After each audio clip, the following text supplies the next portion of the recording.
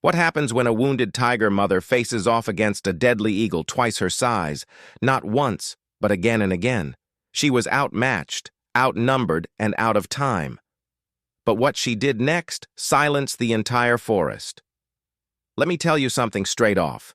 If you think nature is all about peace, balance, and gentle sunrises, you've clearly never stood near a tiger den in the wild.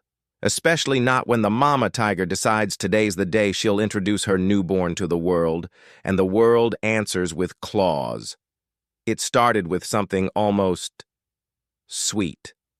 Era, a seasoned tigress with stripes that looked carved in granite, nudged her cub out from the dim safety of the underbrush. She wasn't young anymore. You could see it in the deliberate way she moved, like every step had been earned with blood and bad memories. But this morning, she looked proud. Her cub, barely 10 days old and clumsy as a drunk toddler, flopped into the sunlight with a little squeak. That was the good part. And then, right when you think nature's giving you a breather, the sky breaks open. Not literally, of course, but something came tearing out of it like a thunderbolt with feathers. A golden eagle. And not just a golden eagle, the golden eagle. The kind that shows up in documentaries when the narrator drops his voice and says something ominous like, the apex aerial predator, wings like sails, eyes that could spot regret from a mile up, and this one had locked in on one very small, very defenseless tiger cub. Era didn't see it at first. She was busy licking mud off her cub's ear like a proud mom cleaning their kid's face before church. But then came the wind shift. The kind that carries menace.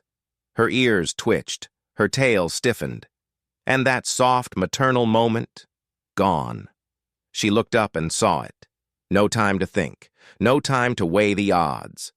She launched herself with every muscle still loyal to her, straight into the air as the eagle dove. Now listen, this isn't a Disney movie. Era didn't suddenly sprout wings. The eagle was faster. It reached the cub in less than 3 seconds. But Era? She was close enough to clip the thing mid-air with a swipe that made the sky screech. The bird veered off with a loud cry. Not fear, not pain. Rage. The cub was fine. Shaken, sure, but fine. He hadn't even opened his eyes yet. That's how young he was. And still, somehow, the world had already tried to take him. Era stood over him, chest heaving, every nerve in her body screaming for a second chance to fight. But the eagle didn't come back down, not yet. It landed on a thick, dead branch high above and watched. Waited, calculating. The bastard wasn't done, and Era knew it. She paced, scanning the terrain like a general caught with no reinforcements. The open clearing? Death trap? The old dried-up creek bed behind her? Barely cover. The den she'd just left? Too far. That eagle was watching every move. So she did what any mother does when she has no options. She made one. She grabbed her cub gently in her jaws and ran, straight toward the riverbed. No hesitation, no guarantee of safety, just instinct, and pure, terrifying clarity. If she stopped, her cub was gone. Now, running with a baby in your mouth might sound simple.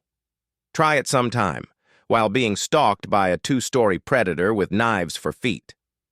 The eagle launched again, but not for a full attack. Numbered this time, it hovered, circling, tailing them like a vulture who knew patience paid off. Era stopped under a crooked tree by the edge of the creek, set her cub down, and turned to face the sky again. Nothing above but clouds and threat. Her paws sunk into the damp earth, and her growl rumbled low like thunder that hadn't decided yet if it wanted to storm. But the eagle was waiting, and so was she.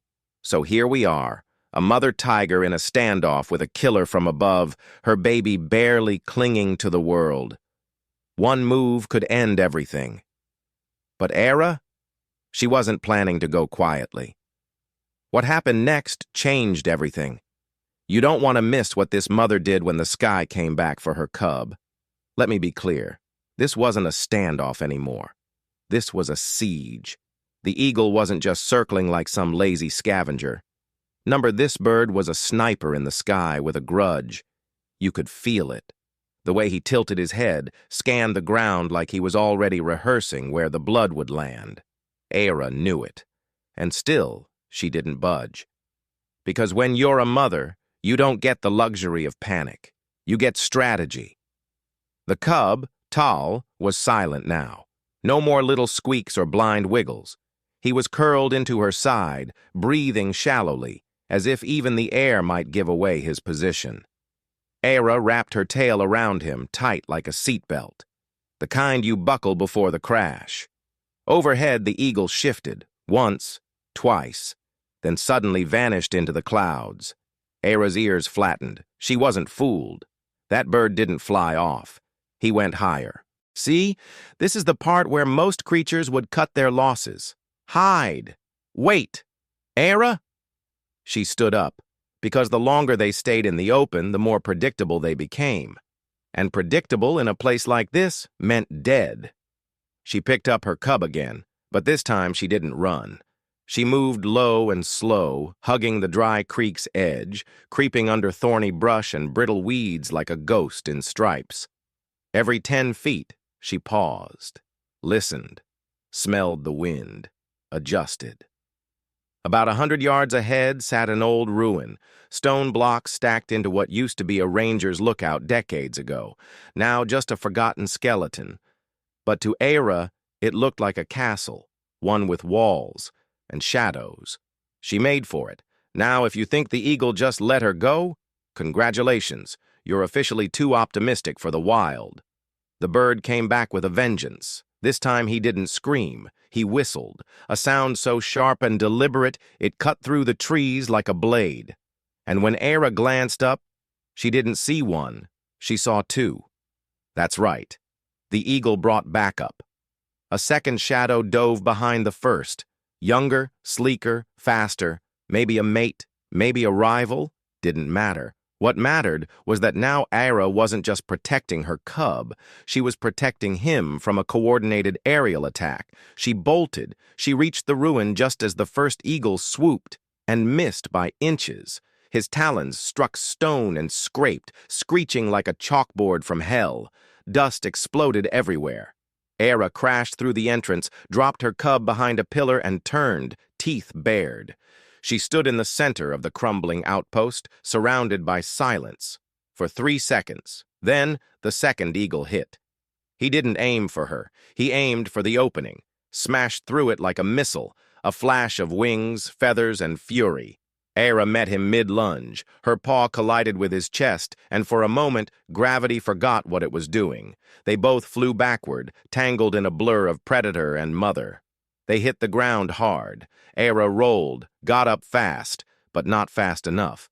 A talon caught her shoulder, blood welled. She spun, jaws wide, but the eagle retreated, flapping upward again, back to the air. Cowered, her side burned, her breathing was shallow now. That attack? It wasn't just a warning. It was the start of something far worse. She limped back to her cub. Tal was still there, trembling, his tiny face pressed against the cool stone. She laid beside him, pressing her warmth into him, trying to keep the fear from leaking through her skin.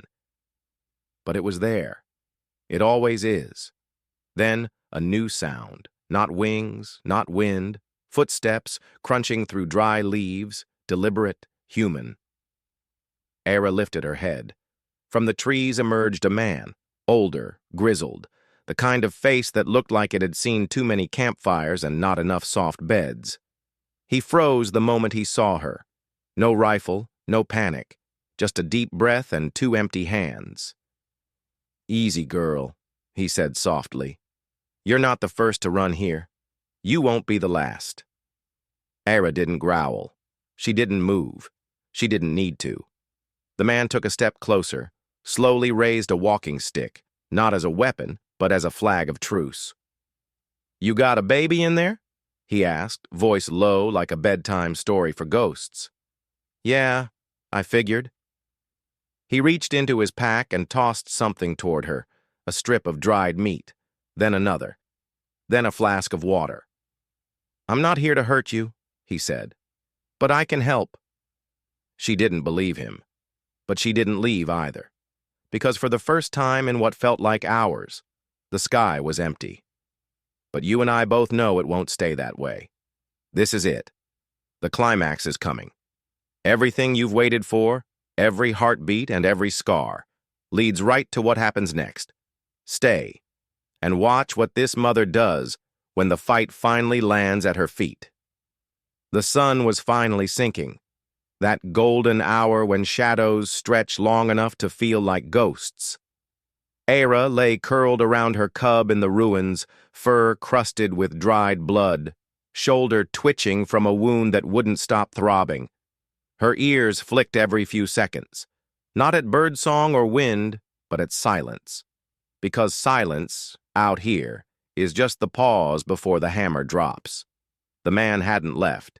He sat maybe 20 yards away, under a crooked pine, back against a stone wall like he belonged there. No sudden moves, no camera, no lecture on the majesty of the wild, just him, his flask, and a pair of binoculars that had seen better decades. "I've seen storms," he muttered more to himself than anyone else. "But this ain't weather. This is a reckoning." He wasn't wrong, because when that eagle came back, and oh, you bet it didn't come alone. It brought the sky with it. The older one dove first. No warm-up lap, no intimidation flyby. Just a full-throttle plunge from the clouds, eyes locked, claws extended, death in flight. Era moved like a machine shot with lightning. She shoved her cub deeper into the stone alcove behind her, rose on 3 legs, and met the eagle mid-air. That's not exaggeration. She leapt, spine coiled like a spring, back legs launching from the rock. She didn't dodge. She didn't wait. She intercepted the attack, 120 pounds of wounded muscle flying straight into a bird, built like a winged missile. They collided with a crack so loud the man flinched behind his wall. Feathers exploded. Blood followed. Screams from both filled the canyon. Era hit the ground first, rolled, scrambled up, and wheeled to face the eagle. He wasn't flying anymore. His wing hung wrong, too low, twisted like a torn kite. He tried to flap once, then stumbled, his massive frame dragging through dust. She walked toward him. Not ran, not charged, walked. Each step deliberate, slow. That's what shook everyone. The silence between paw prints. The eagle shrieked again, more warning than fury. But Era didn't blink. She circled him, eyes like coals. Not hot, but heavy. The kind of stare that doesn't promise death, but judgment. And then she stopped, stood over him, and didn't strike. Now, most predators, they finish what they start. They don't leave enemies alive, especially ones who nearly took their child. But Era wasn't just a predator. She was a mother. And for mothers, sometimes the strongest thing you can do is not to kill. She turned her head away, sat down, blood still oozing from her shoulder. The eagle, broken and dazed, didn't move.